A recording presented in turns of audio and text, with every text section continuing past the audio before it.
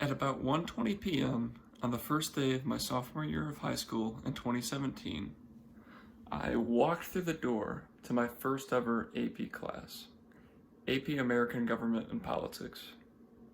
According to the AP College Board's website, about 2.8 million students were enrolled in AP courses during the 2017-2018 school year. And for the first time in my life, I became a part of that statistic, just like some of you had been that same year.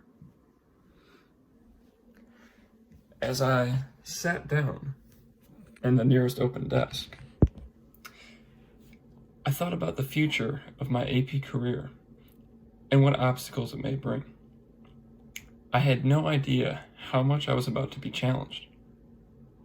As the last students filed in and the bell rang, class was in session. My teacher, Mrs. Brush, began by introducing herself to each and every student and by handing out a syllabus to each of us. Just as many students do on the first day of school, Mrs. Brush was dressed to impress, with a beautiful white dress, perfectly straightened hair, and delivering to the class with a booming voice, all of which showed how professional this class was going to be. Mrs. Brush wasted no time getting right into the syllabus. In the first 4 weeks of our class, each day, day by day, assignments and readings, followed by a weekly quiz, and at the end of the 4th week, the first chapter exam. Just like the class starting off so quickly, my stress levels quickly skyrocketed. In the first week, I completed all the readings and assignments by the book, just as the syllabus had laid out for us. I felt confident that I would do well in my first quiz. But when the day came and we took our first quiz, I was apprehensive about my performance. And after getting our results the next day, well, I was very disappointed.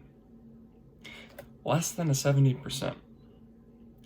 For a student who normally gets A's and B's, this was simply unacceptable. And this is when it really hit me how much this class was going to challenge me. The following week, I doubled my efforts, completing everything off the syllabus just like the last week, and then studying extra review material to be sure I would not fall short on my next quiz.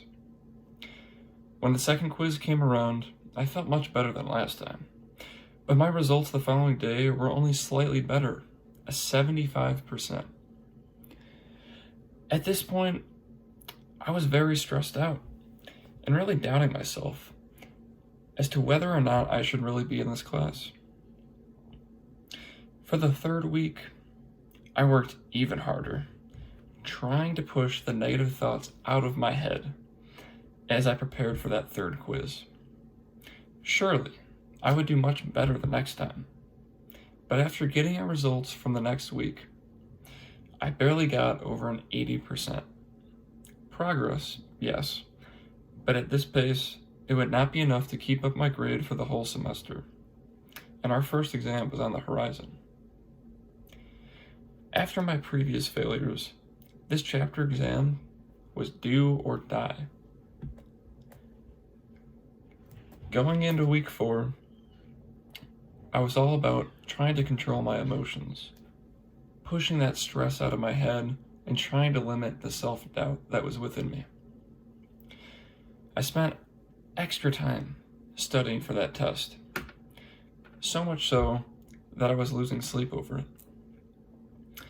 When we finally got to the test day, well, looking around the room, pure silence.